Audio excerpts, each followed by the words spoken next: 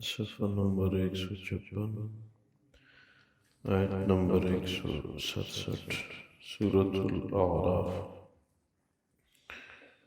اعوذ باللہ من الشیطان الرجیم، بسم اللہ الرحمن الرحیم۔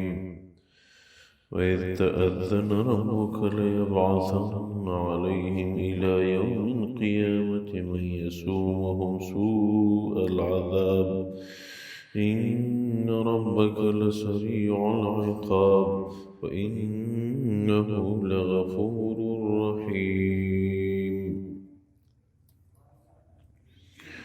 اللہ تبارک و تعالی فرماتے ہیں، وَإِذْ تَأَذَّنَ رَبُّكَ لَيَبْعَثَنَّ عَلَيْهِمْ إِلَى يَوْمِ الْقِيَامَةِ، جب آپ کے رب نے اعلان کیا وہ وقت یاد کر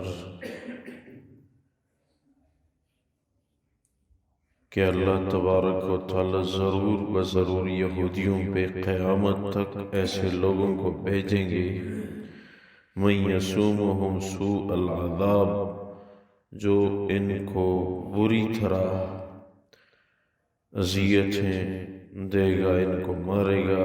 ان ربک لسریع العقاب، واقعی آپ کا رب جلدی پکڑنے والے ہیں۔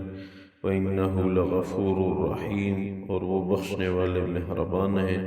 وَقَطَّعْنَاهُمْ فِي الْأَرْضِ أُمَمًا، ہم نے ان کو زمین میں فریق فریق کاٹ دیا، منہم الصالحون ومنہم دون ذلک، ان میں سے بعض نیک لوگ تھے اور بعض ان کے غیر یعنی بدکار بنے۔ وَبَلَوْنَاهُمْ بِالْحَسَنَاتِ وَالسَّيِّئَاتِ، اور ہم نے ان کو اچھائی اور برائی سے آزمایا، لَعَلَّهُمْ يَرْجِعُونَ، تاکہ یہ لوٹ جائیں اللہ کی طرف۔ اللہ تبارک و تعالی ان آیات مبارکہ میں یہودیوں کا ذکر فرما رہے ہیں، اور حضور اقدس صلی اللہ علیہ وسلم کو ارشاد فرماتے ہیں کہ وہ وقت یاد کر جب آپ کے رب نے اعلان کیا تھا کہ قیامت تک یہودیوں پہ ایسے لوگوں کو ہم مسلط کر دیں گے کہ وہ ان کی بری طرح پٹائی کریں گے۔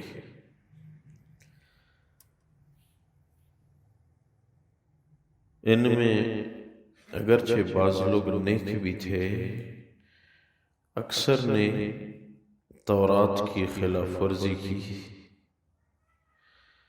اور اللہ کے احکامات کا مذاق اڑایا۔ بستی میں داخل ہوتے وقت خطوتن بولو اور خنتوتن بولنا، یہ کھلی خلاف ورزی ہے۔ اللہ کے احکامات کا مذاق یہ انسان کو اللہ کی رحمت سے بہت دور لے جاتا ہے۔ اللہ تبارک و تعالی فرماتے ہیں کہ ہم نے ان کو ٹکڑے ٹکڑے کر دیا۔ اس زمانے میں کچھ مدینہ منورہ میں رہتے تھے، کچھ شام میں، کچھ فلسطین میں، مختلف علاقوں میں۔ ان کی ذلت کا ذکر اللہ فرماتے ہیں، ان پہ اللہ کی قہر ہے۔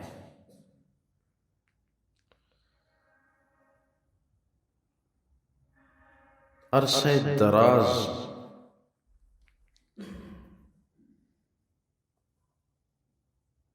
جو ہے ان کے ہاں کوئی حکومت نہیں رہی۔ صحابہ کرام کے زمانے سے لے کے تاریخ کا مطالعہ کریں، 1300 سال میں ان کے ہاں کوئی حکومت نہیں آئی، ان کے ہاتھوں میں کوئی حکومت نہیں، ہمیشہ ذلیل رہے۔ بخت نصر نے ان کو تہ تیغ کیا اور مختلف مسلمانوں نے ان پہ حکومت کی۔ اب جو فلسطین میں ان کی کچھ کٹ پتلی حکومت نظر آ رہی ہے گزشتہ 22-25 سالوں سے، یہ یہاں سے تو ان کی حکومت نظر آتی ہے، اندر سے یہ برطانیہ اور امریکہ کی حکومت ہے، ان کی حکومت نہیں ہے، یہ ان کے غلام ہیں،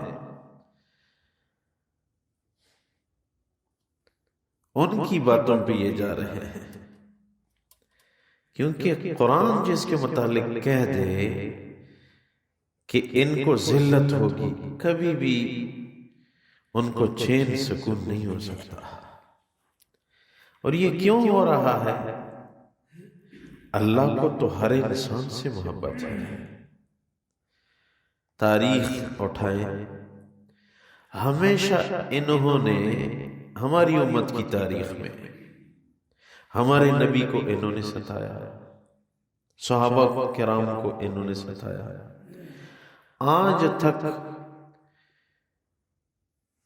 ان میں معزز جماعت وہ سمجھی جاتی ہے جو مسلمانوں کو ذلیل کرے۔ ان کے اندر معزز جماعت کون سی سمجھی جاتی ہے؟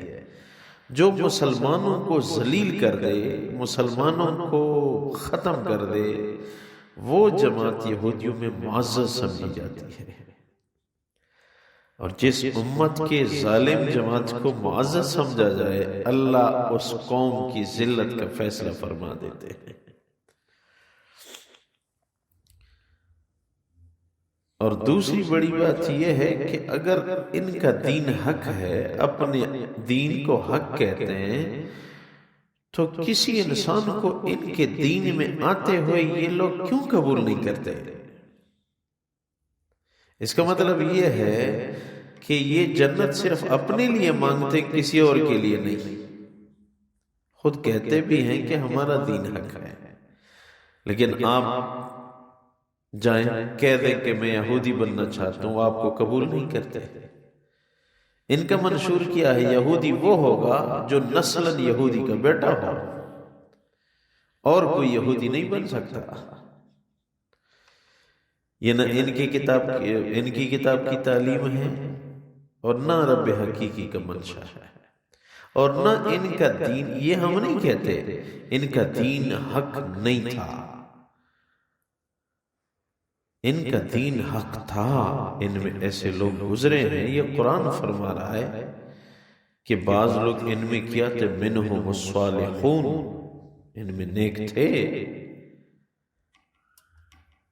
جیسے عبداللہ بن سلام رضی اللہ تعالیٰ عنہ، کتنے بڑے صحابی ہیں، یہودیت سے آئے، اللہ کے رسول بھی ایمان لایا۔ اسی طرح اور بھی ایسے صحابہ ہیں جو یہودیت، عیسائیت سے، مجوسیت سے آئے۔ سلمان فارسی رضی اللہ تعالیٰ عنہ عیسائیت سے آئے، صہیب رضی اللہ تعالیٰ عنہ روم سے آئے، بلال رضی اللہ تعالیٰ عنہ حبشہ سے آئے۔ دین اسلام میں یہ نہیں ہے۔ دین اسلام کا مزاج کیا ہے؟ جس نے اسلام لایا، چاہے وہ جتنا بڑا اسلام دشمن تھا، وہ ہمارا بھائی بن گیا۔ توبہ!